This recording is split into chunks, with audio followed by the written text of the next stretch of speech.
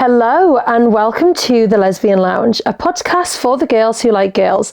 I'm your host and your resident lesbian big sister, Juliet Taylor, and I'm here to answer your guys' questions, give advice on your dilemmas, and of course, chat about your wildest lesbian dating stories. So grab a drink, get comfy, and welcome into the Lesbian Lounge.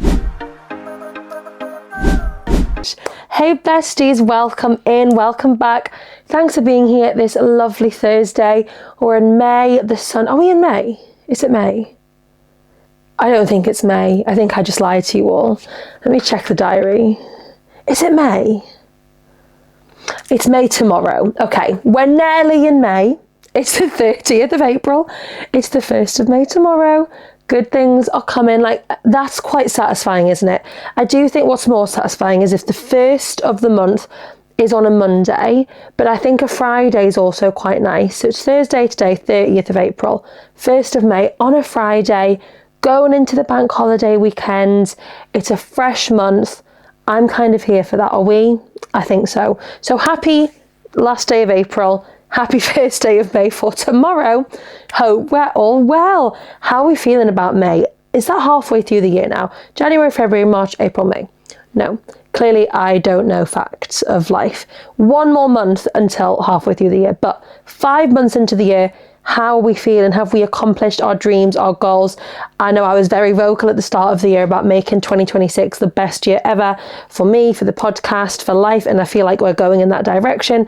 May is going to be a huge month for me personally, as I am buying my first house with my girlfriend, as I'm sure all you returning listeners know, and we now officially have our move-in date locked in, which is the 15th of May, so it's a Friday. So that means on the 1st of May, the day after this episode, it's 2 weeks until we move in. I think that's right. I think. Somebody do the math for me. Yeah, I think we're about 2-ish weeks away from moving into our house. So they've kind of said, here's the day. It's not set in stone, but now they've said, here's the legal completion day. So I think what that now means is if they are not ready, not us, on their part, the builders, all that stuff, if the house is not ready for the 15th of May, I think we get money off or some sort of compensation, hopefully financial compensation. I'm not 100% sure, but I think we do get some sort of money off or something exciting. But I mean, we've waited so long now, another week isn't going to make a massive difference. But now that they've locked in this date, we've now set dining room tables to be delivered, sofas, beds, everything like that. So they kind of do have to pull through with the 15th of May. But obviously, because that's a Friday, we don't really want to be getting things delivered that very first day because we're going to have so many boxes moving in. Then over the weekend, places won't be delivering. So pretty much Monday, I don't remember what the Monday will be, 15, 16, 17, 18. The 18th of May, we are going to be on crazy with deliveries and everything coming. So we've officially locked in our dining room table.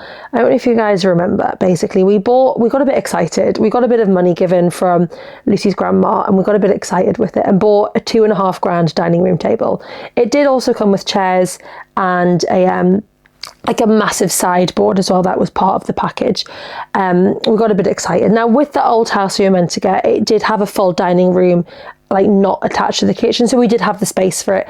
But then when we didn't get that house and got the new build, obviously, if you know new builds, your kitchen and your dining room tends to be the same room, especially with us. We're buying a 3-bed Barrett Homes Moresby, just so you guys know. I'm very, very real with you guys. That is the house that we are buying. It's gorgeous. And we've been really lucky actually as well. This house can be semi-detached or detached, but we've got a detached property with this massive big garden space. We're so lucky, so grateful. So now that we have this house, we don't have as much kitchen space. So we were we really can't have this dining room table. It's going to take up the full length of the kitchen. We're going to have no room to do anything. So we went back to Furniture Village where we bought it from, and they were great, to be fair. And they've let us swap out the dining room table. So they said, you can swap it for another dining room table. And we were we didn't see any that we liked. So we were could we just swap it for anything? And they said, of course you can, but it has to be the amount of the table or more and you pay the difference. If you go for anything less, you just lose that money. So we ended up buying a bed and a mattress from Furniture Village. We've got a Temper mattress, which I'm so excited for. And it's a gorgeous The colour's called Pearl. Obviously, you know my cat Pearl, so I had to get it. But no, it's like a nice champagne, really neutral colour. We're going for like the neutral tones in the house, beiges, like chocolatey browns. I do love a black, a gold, anything neutral, nothing like clinical doctor's white, but like nice neutral tones, maybe a bit of sage green thrown in there some places. So I'm very excited about that. So yeah, they let us change it for the bed, which was lush. So we've now got a circle dining room table coming from Laura James with some chairs. We've got a dusk sofa coming. What else have we got? Obviously the bed. The sofa that we bought is from Dusk. I love Dusk. So we've got the sofa, we've got a poofy and a love chair. So that's all for the living room. I'm genuinely trying to think if we've ordered anything else. Wardrobes, we're getting fitted wardrobes put in, and hopefully the person who's fitting the wardrobes will be able to do that before we move in. So then when we move in, we have fitted wardrobes ready waiting for us. We're getting shutters throughout the whole house. We might look at getting some curtains in like some rooms to make it a bit cutesy, but we're still going to have shutters in there. I think that's everything. Obviously like mirrors and sideboards and little things like that, but big things. They are the main things that we've got. I've told you guys so many times, but we are so lucky with Barrett Homes, with the house that we got. Came with the upgraded kitchen package, all flooring's been included, turfing in the garden. Like I've seen a few TikToks where people say, like, you know, like the show homes are a complete lie. Like you literally get the bare basics, the blank walls. That's it. That's all they give you. But we've been so lucky, like floors there, lights, all the kitchen, the cupboards, we haven't had to pay any extra for those. The fridge freezer, the wash dryer, what else did they give us? A dishwasher, obviously the oven's there, the garden fence is there, the garden gate is there. Because I've heard some people saying they had to pay extra for a garden gate, and it's like, well, were you just going to leave a gap in the fence, or was I going to have to like rip out fencing to replace it with the gate? It's crazy. But yeah, we've been so lucky with Barrett Homes. So shout out Barrett Homes if you want to sponsor the podcast. I'll talk good about you forever, provided there's no issues when we move into the house. But we are going to be getting a snag. Everyone said get a snag, and I've watched loads of snagging TikToks. They're actually quite satisfying, as well as cleaning TikToks. I'm all over clean talk, even though I don't really do the cleaning now. But I'm so excited to buy some scrub daddies and some of that pink stuff paste and just like clean everywhere. I'm really excited about it, and mopping and hoovering. You know what? I just can't wait. We've got a shark hoover as well. Shout out mother-in-law for that. Very excited. And we are very blessed to have such generous families. Like my mum and dad and granny, Lucy's mum and dad and granny and granddad have been so generous and so helpful. Lucy's dad and brother are going to build us a shed there. We were worried that the sofa wasn't going to fit, and they were like, don't worry, we'll make it fit. Like we are so lucky with them all. So shout out to our families. Thank you. We love you guys. And we actually got really lucky yesterday. We managed to get the keys to the house, which I feel like is unspoken of, 3 weeks before completion. But they basically said, listen, we can get you the keys if you want to go for a look around. I don't know what the right jargon is. The site manager, or like the guy who's been building our house, essentially, they weren't there. So the cutie people who work for Barrett Homes managed to get us the keys so we could go for a little look around, do some measuring.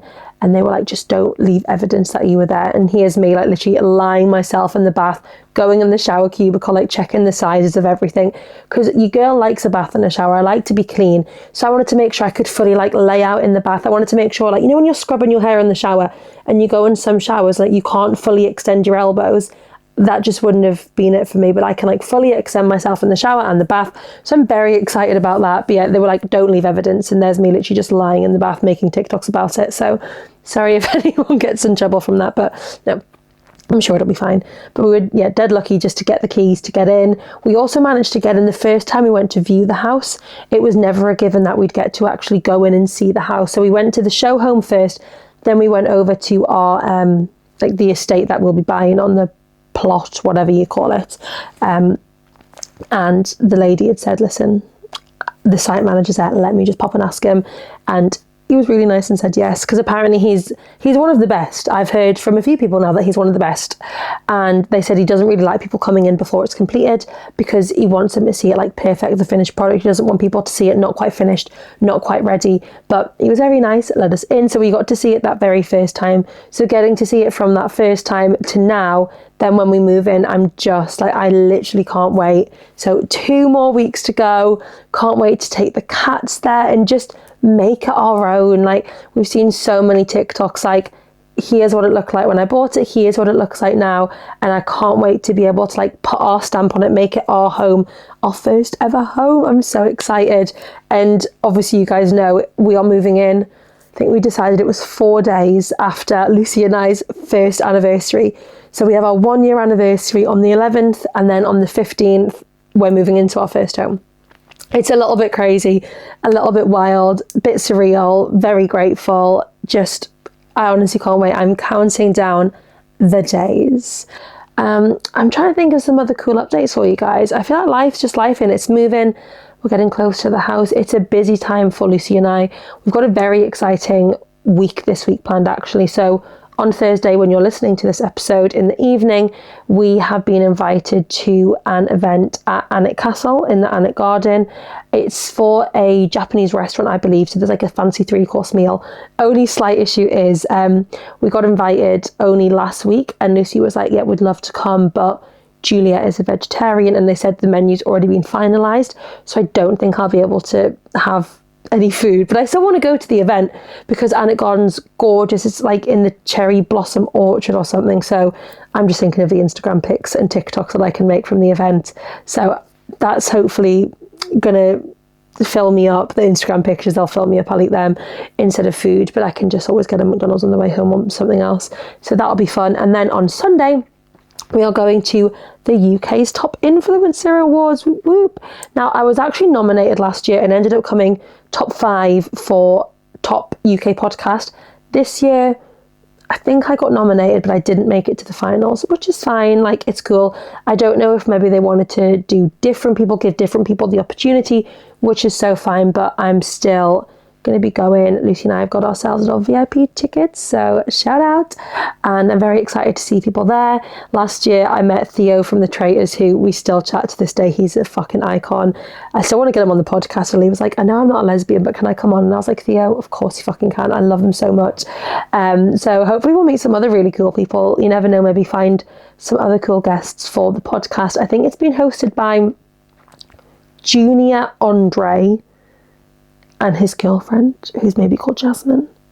I fear I don't really know who they are, so I'm not going to be fangirling over them, but hopefully there'll be some other cool people there that I'll be like, oh my god, I've seen you on TV. Maybe people will be like, oh my god, you're on the floor, and I'll be like, hey, here I was. Like, oh my god, you're that girl who has that lesbian podcast, and I'll be like, hey, here I am. So hopefully it'll be a good night, nice to network with people. Obviously great for Lucy to network for the bar, great for me to network for the podcast, so very excited for that. And Lucy's also got an event on Tuesday for her bar. They're going to like this trade show where basically all the like beer companies go and they get to try beer and be like, oh, I'll put this on at my bar, and just get some t-shirts and glasses. I don't really know how it works, so she's excited for that. So Lucy's got a busy week, I've got a busy week, and amongst all of this, amongst all of these events, we are moving house and still podcasting, still working at the bar, doing all these things, so it's manic. Also, one more update, and I promise we're going to jump in. I made my first, what I think is my first, there could have been more. I think I made my first editing mistake last week. Normally I'm really good at, like, if I make a mistake, I'll remember where it was and edit it out. But last week I was reading, I can't remember if it was a dilemma or a question of the week answer, but I was reading it and it didn't make sense. So I sort of read it and was like, huh? And then I stopped speaking just to like read it, digest it. And I was like doing this with my head, like trying to make sense of it. And then I just skipped the bit that didn't make sense and jumped back in. So normally I'd edit little bits out like that just so you guys can understand a dilemma more, because it's not me being like, and then she said, what? And I'm sat there for ages trying to like figure out what it is, right? So I normally edit little bits out like that just to keep it like neat and clean and tidy, and so you guys can understand. But I missed it and I watched it back and I was like, like I didn't realise, but it was too late at that point, because basically I can delete and re-upload episodes, but if I delete and it's been published, I will lose all the downloads, and that affects my like overall number. And as you guys know, we're climbing, we're pushing to get to 20k, so I didn't want to risk like losing that. I was like, you know what? It's not the end of the world. Like, okay, I'll be honest with you guys. One time I did a massive burp when I was recording a dilemma and I didn't cut it out. I just totally forgot. I was then listening to the episode back after I'd said I'd scheduled it. So it was published and scheduled to come out at midnight. And I was listening back and I was like, oh my God, I actually can't put that out there. Like, if it was a little tiny burp, I maybe would have let it slide, but no, it was monstrous. And then literally after I was like, like, I thought, no, I actually can't keep that in there. So I had to delete and re-upload and re-edit it, which was fine. But yeah, last week was my first proper, I mean, it wasn't really that bad, but it was the first time I was like, shit, I can't believe I've left that in there. So I just like the episodes to feel really like smooth for you guys. Again, being completely honest, I don't really edit a lot. Like, everything up until now that you've heard, I have not stopped when I've edited. I've not stopped when I'm speaking. Like, this is all real time when I'm editing. The only time I will stop is to add in a little bit of introduction music. The podcast will then pretty much, I will just speak for the whole 45 minutes, however long the episode is. I'll only make an edit or a cut if I fuck up what I'm saying, if I need to like yawn or cough or burp or do something gross. There's very rare times that I will like stop and edit. So normally it is just me speaking, because I think it's nice that way, and I kind of like it because it feels like we're just two besties having a little FaceTime, having a call, you know, like if you're watching on YouTube, we're having a FaceTime. If you're listening, we're having a little phone call. So I feel like it's more raw and authentic, and obviously because it's just me on the team, it's a lot easier when it comes to editing, so I'm not having like stop. So yeah, let's hope, touch wood, I don't fuck up again when I'm editing, but it wasn't that bad. But anyway, without further ado, let's jump straight on into this week's episode. So this week's question of the week is, what is your biggest dating non-negotiable? I think mine, I just wouldn't date a smoker.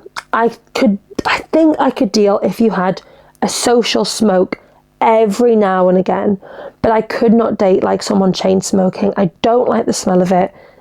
It's not good for you, and I don't think it's a good look. Like, imagine being that girl that like you get somewhere with your girlfriend and I'm just going out for a cigarette. Like, it's not for me. Lucy vaped into the start of our relationship, and even then I was like, ugh, she's stopped now, so I was like, good on you, proud of you, and she feels so much better for it. But smoking, I think that would be my biggest So let's see what you guys have said your biggest dating non-negotiables are. Smelly breath. Okay, so I'm assuming you mean you won't date somebody if they have smelly breath. Fair enough. Like, we are brushing our teeth morning and night 2 times a day. We should be flossing. I don't floss, so that's hypocritical. Mouth washing, I rarely do that, so that's hypocritical. But I'm doing the bare minimum. I'm giving the teeth a scrub, so we should be doing that too. You do not want to be kissing somebody who's got stinky breath. I mean, me and Lucy have very much hit the stage in our relationship where we are very comfortable around each other. We went out for an Italians the other night with Lucy's mum, and we had the most garlic pizza bread ever. Pizza garlic bread. What's it called? Garlic pizza bread. Pizza garlic bread. I don't know. Cheese and tomato garlic bread, right? And we were both stinking, and we were literally both like, "Ew, you stink!" Like, ew. So we've hit that point now where we can be smelly around each other, but that's like a one-off because we ate garlic bread. It's not an everyday thing. Actually, the other day, I'm just gonna be brutally honest with you all, Lucy and I were having sex, right? And she had really smelly breath. It was the morning after this meal, actually, and I kept like turning her face away from mine, and then eventually she's like, "Why are you doing that?" And I was like, "I'll tell you after, I don't want to ruin it." And then she's like, "Just tell me why." And I was like, "Because your breath stinks." I was like, you know what? At least we can be honest with each other. And that's what she said. She said, you know what? I love that we can be honest with each other. We can tell each other when we smell, when we're gross. But yeah, I just thought that was quite funny. So there you go, a little story for you guys. Monogamy babes. Monogamy, that's the one where you only want to be with that one person, right? Non-monogamous is when you don't want to conform to monogamy, so you date around. That's the one, right? So you want somebody who's only for you, who's not going to try and convince you to be in a non-monogamous, sleep with whoever the fuck you want relationship. Fair, I'm here for that. I couldn't be dating somebody else. Have we all watched Virgin Island? Started on Monday. Very excited because I'm filming on Monday, so I haven't watched it yet. But hopefully, now we're in the future, we're on Thursday. Hopefully we've watched it. Now, I just think, let's just take a moment. Surely this show is doing more bad than good for these people. Because, no offence, say me and Lucy met and I was like, I've seen your face before. And I'm like, I couldn't put my finger on it. And she goes, oh yeah, like I was on a TV show. I'm like, oh my God, what? Like The Floor? And she's like, oh no, I was on Virgin Islands. It wouldn't put me off someone in the sense of that, like, you're a virgin. That wouldn't be the issue. It's the fact that, like, on national TV, you've been like, I don't know, I just think the show is a bit like, you know, when they're like, come and like cut my breasts. Just like the way they make it so like weird, like these experts are just like breathing in someone's ear and like, oh, do you want to touch me there? Does that feel good? Like that is the weird part. And the fact that they're putting these like poor virgins through this, I mean, maybe it works, but personally I just watched it and thought it was weird, and surely it's done more bad than good. There's also Open House, which was the one about like monogamy and non-monogamy, and like the husband's always wanted to be in a non-monogamous relationship and the girlfriend doesn't want to, and then they get on the show and then the girlfriend has a fucking brilliant time like in a triangle of girls eating each other out, and then the husband's like, oh well, I didn't like that. And it's like, yeah, because you want to be able to be unfaithful to your girlfriend, but she has to be completely faithful to you. Do you guys remember that dilemma as well that we had a few weeks back when the girlfriend wanted a one-sided open relationship? Like, can we imagine? Not for us. So where our non-negotiable is monogamy, I'm here for it. Funny, not toxic. See me regularly and make an effort. Okay, I like that. Like, you've got that set in stone. You have to be funny, you have to make me laugh. Don't be toxic. See me all the time because I'm needy and want your attention. That's me. And make effort. I think making effort's a big one. And I think especially the longer you get into a relationship, the more the effort starts to lack. So you have to really prioritize like going on date nights and making time for each other and doing things that you both really enjoy. No drugs. Yeah, that will be one of mine as well. Cigarettes, drugs. It's not for me. It just never has been, never will be. So I just wouldn't want to bring somebody into my life who's going to be like that. Like, I've been around people at college, not really necessarily, I don't think anyone did drugs, but they smoked a lot. And every time we'd be on a night out, it's like, oh, just try. And I've always been very like set in stone on myself. And like, no, I don't want to. Like, and if I don't want to do something, there is no changing my mind. No amount of alcohol is going to make me be like, oh yeah, I'll just do it. Like, the answer is no. And I wouldn't want to bring somebody into my life who's then probably bringing friends into my life who are all going to try and like convince me to do things that I don't want to do. So yeah, fair. Please just be nice to me. Fair enough. No pillow princesses. Okay, so you want a bit of action in return. Fair enough. No smoking. Yeah, I'm here for that. Political alignment. Kind of deep, but I'm not wasting my time with some reform knob. Thankfully, though, that's not very common in the lesbian community, lol. Fair enough. You guys know me, I'm like the least political person in the world. You guys all saw me on the floor trying to guess which politician was which and confusing Margaret Thatcher for Theresa May. Not my finest moments, but it did do the rounds on Twitter and TikTok, so that's okay. Yeah, I'm not really up to date on politics, but I feel like Reform are the ones who don't like lesbians, aren't they? There's probably a few that don't like lesbians. But yeah, you want to be aligned with somebody, especially if that's something that's really important to you. You want somebody that aligns that for you. Respecting my presence and my absence. Okay, yeah. So it's like, I want to see you all the time, but if I need some space for me, I need you to be able to respect that. Like, respect that I can't give you 100% of my attention 100% of the time. I have a life, I have other things to do. So you need to be able to respect that. Fair enough. Loyalty. Yeah, that is a big non-negotiable. Like, be loyal to me. Don't be texting other girls. Why do you need to be following other girls on TikTok who are posting with their boobs out? Why do you need to be going on nights out to try and pull? I don't know. I'm trying to think of things. But, you know, just be loyal to me. Be proud of me. Like, post me on your fucking Instagram, bitch. Share a TikTok of me. Don't be trying to hide the fact that you have a girlfriend. So when you go out pretending to be single on a night out, girls believe you. Like, no. Be loyal and fucking show me off. That's probably one of my non-negotiables. Show me off. Because I've been in a relationship where I wasn't shown off and I wasn't allowed to show off a relationship. So that's a big thing for me, being able, no, it doesn't mean like post me on TikTok every day of your life, but it's like, if we go out and do a cute date night, take a picture, like put it on your Instagram story. It's not that hard and it's not that deep, so fucking put me on your Instagram, bitch. Must have similar interests to me. Signed, your girlfriend. Oh, I didn't realise Lucy had filled out this form. That's really cute. I wonder what other answers have been Lucy's. I wonder if I can find out. Similar interests though, babes. I wouldn't really say we're that similar. Are we? Similar interests. Lucy likes going out a lot. It's not my favourite thing to do. What other interests do we have? We both are kind of, well, obviously I've always been into the women's football. Lucy's more into the men's football, but I guess that's kind of an interest, even though I like quiz her on things all the time and she doesn't know. I'm like, okay, so like she's gone on about Spurs and I'm like, where even is Spurs from? Like, where is Tottenham Hotspur's based? And she's like, I don't know. And that was another question. I was like, Spurs, what's it short for? And she was like, Tottenham Hotspur. And I was like, yeah, you're right. So similar interest, but I guess like morals, values wise, we're very similar, and we both like spend a lot of our time with each other. So maybe that's it there. Don't play games, just be open and honest. Fair enough. We're here for that. Like, we don't need to be messed around. Don't be playing games with us. Just, if you feel in a certain kind of way, tell me, be open, be honest. That's the best way to do things, for sure. Has to be conscious of queer politics and climate change to some degree.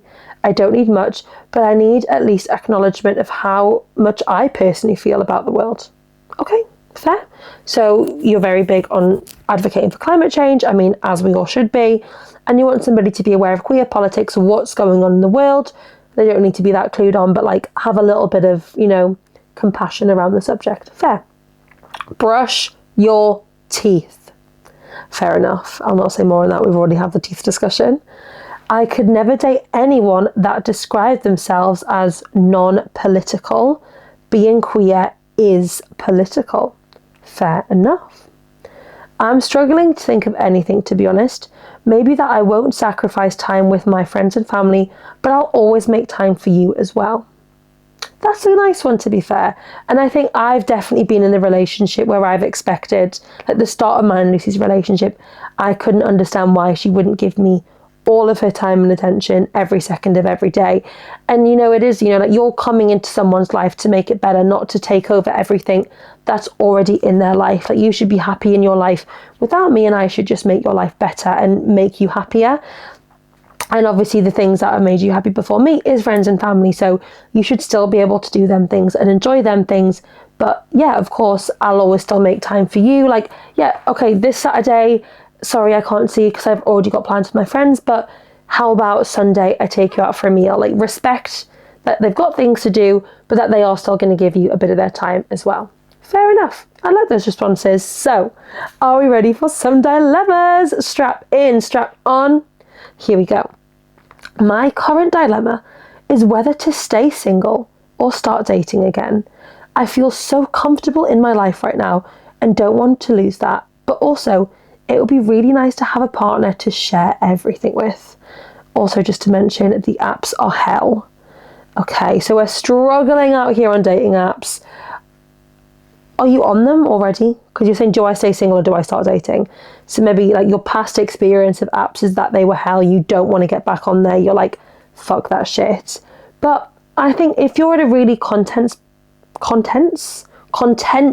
place in your life, if you feel like you're ready, maybe go on one date and that'll probably tell you if you're ready or not, especially being lesbians. Like, let's be real, whoever you go on a date with is probably going to catch feelings with you after date one and want to move in. And how you react to that will be the telling sign if you're ready or not. If that like completely scares you and you think, oh my God, absolutely the fuck not, then that's probably your sign that you're not quite ready to be back into full on dating again because you're not ready for that next stage. Or you might be like, okay, hell yeah, I'm here for this. Maybe not with you, but with somebody else, with the right person, I could be down for that. So maybe you just need to get out there on a date and just see how you feel after that.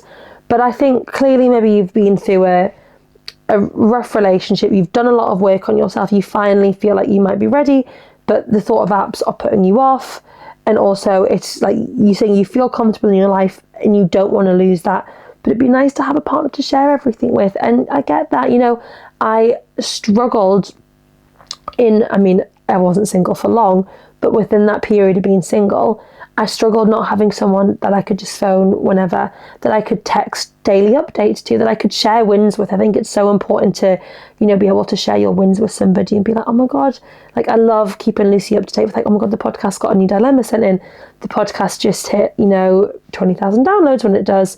And if I didn't have a partner to share that with, obviously I'd have mum and friends and stuff, but it's nice to have a partner that you can share these exciting things with. So I get that you want and crave that from somebody, but you don't want that to come at the expense of, your mental health, your well-being, all this hard work that you put in on yourself. You don't want that to go down the drain just for the sake of having a partner and having somebody to share things with. So I think the best thing, you need to get yourself out there on a date and just see how it goes. If this girl is like all over you and you're like, oh my God, this is awful, maybe then that's your sign that you're not quite ready. But that doesn't mean to say you can't date around, right? Like dating doesn't have to lead to marriage. I know lesbians, shock horror, crazy. But I think there's this such like a lesbian perception stereotype that we go on a date, we fall in love, and happily ever after, locked in, sign the contracts, we're done. And yes, that very much is the case for a lot of people. I mean, me and Lucy are a prime example. It was it was my first date, obviously after breaking up. I don't think Lucy had been dating. I think she'd been texting people, but hadn't been dating people. Girls, correct me if I'm wrong, because you'll all tell me, all the girls that Lucy's been on dates with. I think she'd maybe had a couple, but it was off. We both didn't know it was going to be serious. And then boom, we were locked in and it became that. So everyone's kind of dating for different reasons a lot of the time. So you could just date around. It doesn't have to be signed, sealed, delivered, I'm yours. Date around, have some fun. Yeah, like make it very clear. Listen, I am not looking for a relationship. I just want to have some fun. Not everyone is dating to fall in love. And sometimes maybe along the path of you going on this journey of just dating around, sleeping around, you might end up going on a date that you're so convinced is just another date with another girl. You get there and you go, oh my God, this one feels different. I feel like I could do this for the rest of my life. It might happen the first time you do this, like it did to me and Lucy.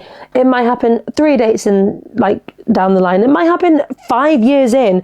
But just because you don't want to wife yourself up doesn't mean you can't date around, because there's other people out there who'll be willing to date around. Just be careful out there though, because we know what lesbians are like. We know that they'll get attached. So you'll be very much like, let's use my Lucy for an example. She used to be the dater around, I'm not wanting anything serious, because she's so sexy and gorgeous and amazing. The girls would fall in love with her. She would pull back and be like, whoa, I was not here for this. They'll then turn psycho and be like, nah, nah, nah, nah, nah. And then she goes on a date with me, falls in love with me on the first day, and the rest is history. So just be careful of women, because if they do get really attached to you, you need to make it really clear that you're not looking for anything serious. But you will, I think you'll feel it. You'll know when it's the one, when that date is the date that's going to turn into your future. But just have some fun, date around. Don't put too much pressure on yourself. Moving on. Hi, Juliet. Love the podcast. Love you. Thank you. I've been dating my girlfriend for about 3 months. I'm 27 and she's 31.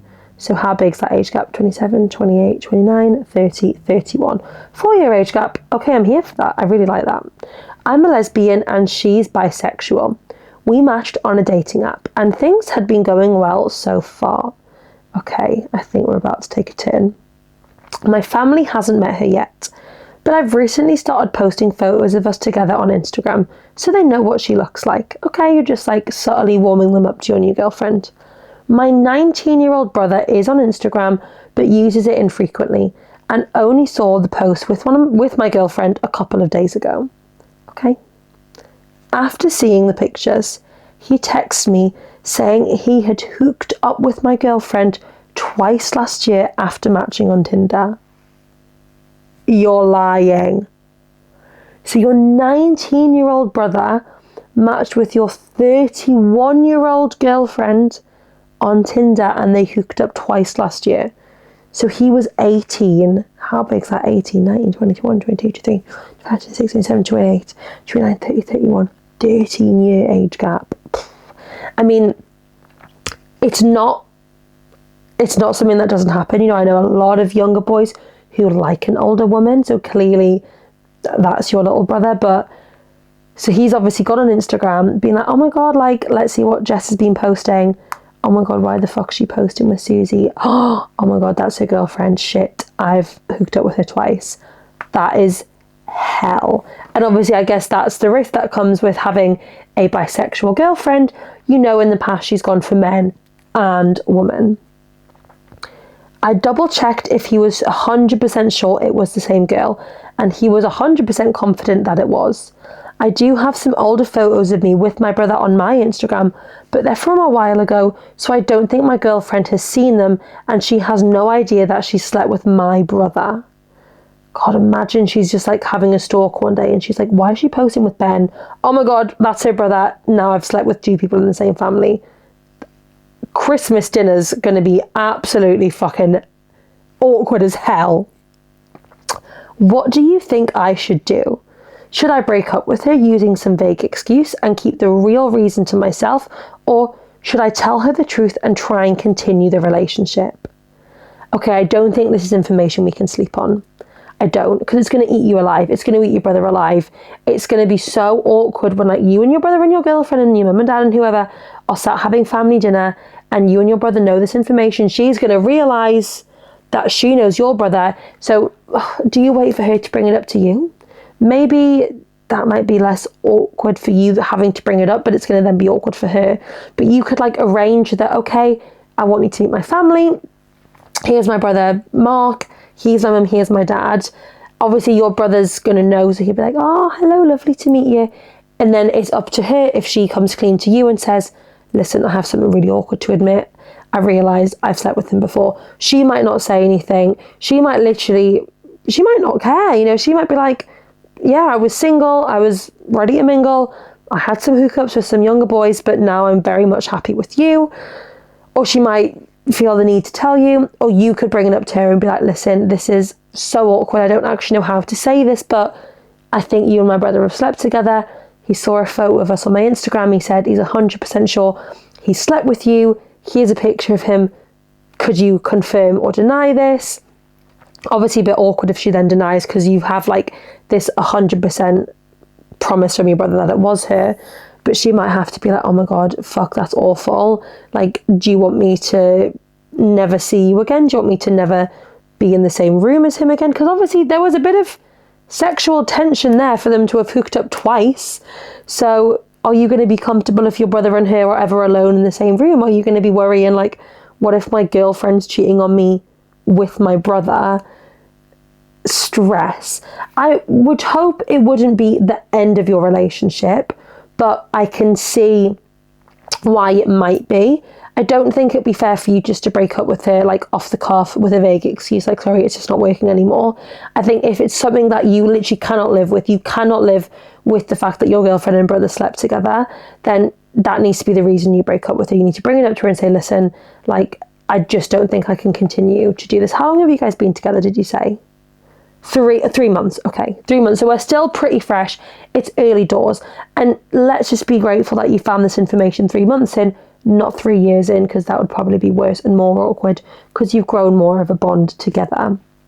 So yeah, I don't think it needs to be the end. I don't think the relationship needs to break down, but 100% you need to make her aware that you know, or she needs to make you aware of what's happened when she meets your brother in person. So you need to decide, do I want to bring this information to you, or do I want to bring my brother to you and see if you then bring me this information? And then whatever happens from there, I think the only thing to be careful of is the fact that there's clearly something that was there, some sexual tension, some sexual chemistry between your girlfriend and your brother. So just make sure they're never alone in the same room together, because the last thing you want to do is walk in and see them getting it off again. That would just be awful. And then that is a very valid reason to break up. But I think hopefully right now we might be able to work through this. It might just be hella awkward at like Christmas or any other family gatherings when you're all sat there and, you know, your parents like, so Sasha, tell us about your past. I mean, you wouldn't ask that though, would you? That wouldn't happen, but it might be awkward. So just be prepared for the awkwardness, but I think we can do this. I think we can get through this. I really do. Keep us updated on what you decide to do. Okay, are you ready for our last dilemma? Hi, Juliet. I'm 22 and I've been with my girlfriend, she's 25, for just over 2 years now. I'm in need of some advice because the sexual side of our relationship is unsatisfactory, even though everything else between us is genuinely good. Okay, so everything's going well, but the sexual compatibility is just not there. The sex isn't there. It's not satisfactory. I've always been a switch. In every relationship before this one, I loved both topping and bottoming. That balance is what feels natural to me.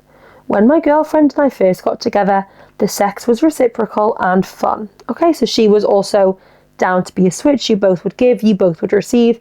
Everyone was happy.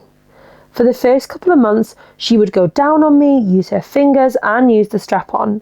Then quite quickly, the sex became less reciprocal.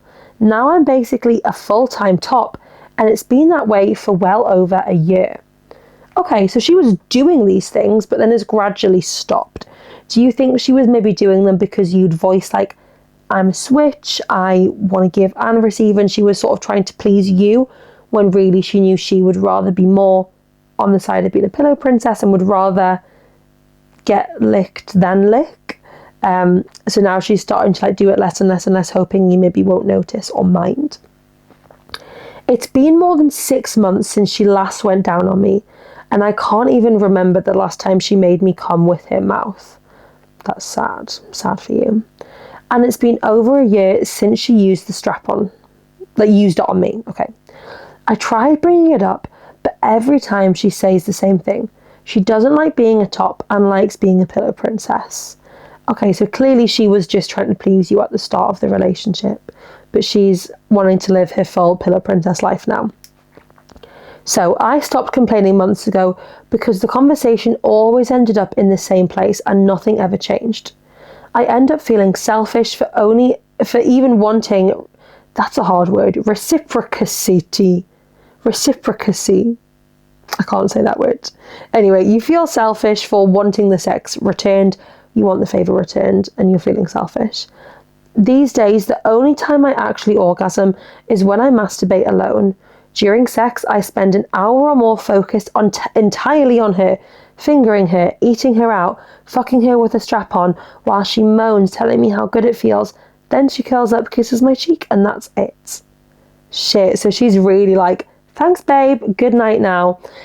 Okay, I feel like even if she wasn't like, maybe say like the thought of fingering somebody's vagina grossed her out a bit, she didn't want to have like her fingers all juicy and wet, whatever, surely she could still be down for you like doing it yourself, and she's like there for encouragement, maybe kissing you, doing something else to like help you across the finish line, right? The fact that she's literally like, oh fuck, that was amazing, night babe, I love you, and going asleep, it's like she very much is shutting that down instantly and doesn't want anything to do with you getting it off, which is strange considering she used to literally put the strap on and lick you out. Weird. Also, the relationship outside the bedroom is solid, and I really do love her, which is why I don't want to break up over sex. But I'm getting more and more frustrated, and it's starting to affect how I feel about the relationship as a whole. Do you think this sexual dynamic can realistically be fixed, or am I better off calling it quits? Thank you. Wow, this is intense, right? So we had 2 switches, and then one has switched it up on us and gone, okay, I now want to be a full-time pillow princess. I don't want to lick you. I don't want to touch you. I don't want to fuck you with the strap. You can still give me everything. That's it. Lights out. Good night. Now, I get what you're saying. You don't want to break up over sex because everything else in the relationship is solid. But then you also made the point of saying because of this dynamic, the relationship itself is now starting to crumble. There's issues forming, and it's stemming because of this sexual issue. And 100%, a lot of relationships, the core reason for them breaking down and leading to breakup is because you are not sexually compatible. It's such a big, big thing. Like, because realistically, if you're not having sex and you're 2 women in a relationship, are you not then just considered friends? don't come for me for saying that, because I feel like sex doesn't have to be like the be all and end all of a relationship. But if you're not having, I mean, I guess you're giving her sex, so probably doesn't count like that. Maybe more so if like if you just were not having sex, like point blank, there's no sex, maybe that's more of like are you just friends? But you're giving her sex, she's enjoying it, she just doesn't want to receive. And I guess fair enough if she was honest at the start of the relationship and said, listen, I'm a pillow princess, I like to receive, I don't like to give. You would have either gone, okay, I'm cool with that, or listen, I want to be with somebody who's gonna give and also receive. That's fine. Like, everybody has different sexual preferences. Like, I know some people who would rather give, but if they receive as well, cool. If they don't receive, they're fine with that. So I guess, is that like a top switch? Like, you're mainly a top, but you will switch. Some people are so happy with being with a pillow princess. They want to give. They get off on the fact that they're giving, making you feel good. They don't need that in return. Whereas you want that in return. So she's now switched up on you from giving you what you wanted to giving you less and less and less and less. What would happen, obviously you're saying like you will still masturbate, you'll make yourself come in your own time. What would happen if like after you finished up with her, you just started pleasuring yourself and was like, baby, like, do you want to come and help? Like, you don't have to touch me, but like maybe you could like talk to her in my ear, like do something that's going to help me get there. Maybe try that. It's like, just do it. Don't be like, do you want me to do this? Just start doing it. See if she wants to get involved. If she like, you know, because you're saying she kisses you, she turns around, cuddles herself in. If she literally does not move and she's like, what are you doing? Or like doesn't want to get involved, then that's concerning. Like, I'm then thinking, does she find you attractive? Does she want to be with you? And I get that sex is not everything. I've been in a completely sexist relationship before. Like, it just never happened for either of us. So I get that it's not everything to a relationship, but it's such a big deal. And if she's not wanting to have sex with you, like if she is actively not wanting to like see you in that intimate way, my brain's thinking, why not? Like, do you not find me attractive? Have you fallen out of love with me? And it's probably not as deep as that. It might just be more the fact that she just genuinely doesn't want to give. She just wants to receive. But you have to ask those questions, right? So I think you need to like just start doing it yourself. See if she like wants to join in. See if she wants to get involved. Yeah, she doesn't have to like, you know, go down on you, but maybe start taking like small steps to get back to where you were. And maybe try and bring it up in a less formal way, not like sit down at the dinner table, right, why have you not been sexually active with me? Like, why have you been ignoring my sexual needs? Maybe like it's a bit of pillow talk. Maybe like during the sex with her, you're like, oh my God, I would love to like do something together right now. Like maybe scissoring, is that an option? So like she's getting and receiving at the same time. Maybe we try something like that. Get one of them like double-ended dildos so that you can have like the longer end in her, but she's still got something then in you. There's definitely options and things we can try to like slowly but surely reignite the sex life. Maybe you like organize a really sexy romantic date night. Maybe buy her some new lingerie, buy you some lingerie, like light some candles, get some rose petals out and like bring her into the room. Maybe you do like little massages on each other.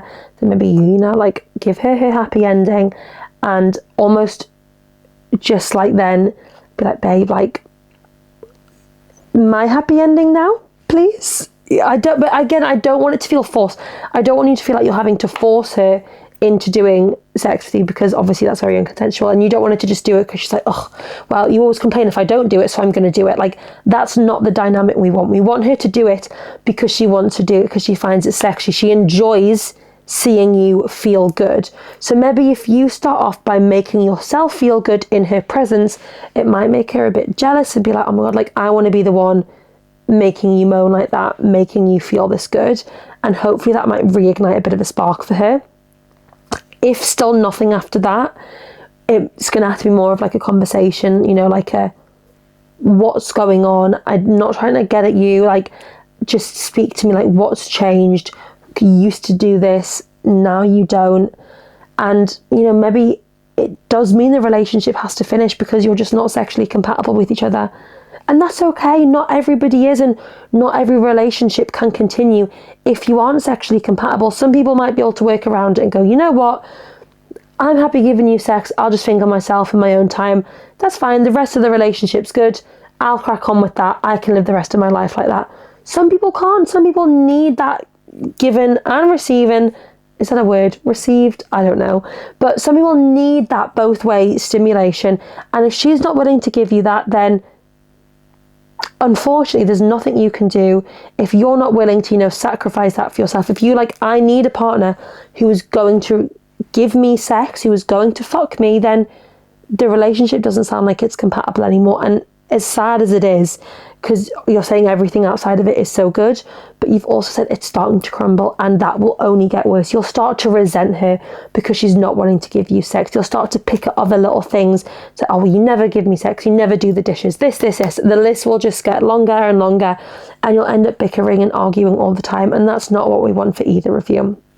So I think we start off giving ourselves a cheeky finger in front of her, and we go from there. We see how it goes. But good luck, and please keep us updated. Guys, thank you so much for listening to this week's episode of the Lesbian Lounge podcast.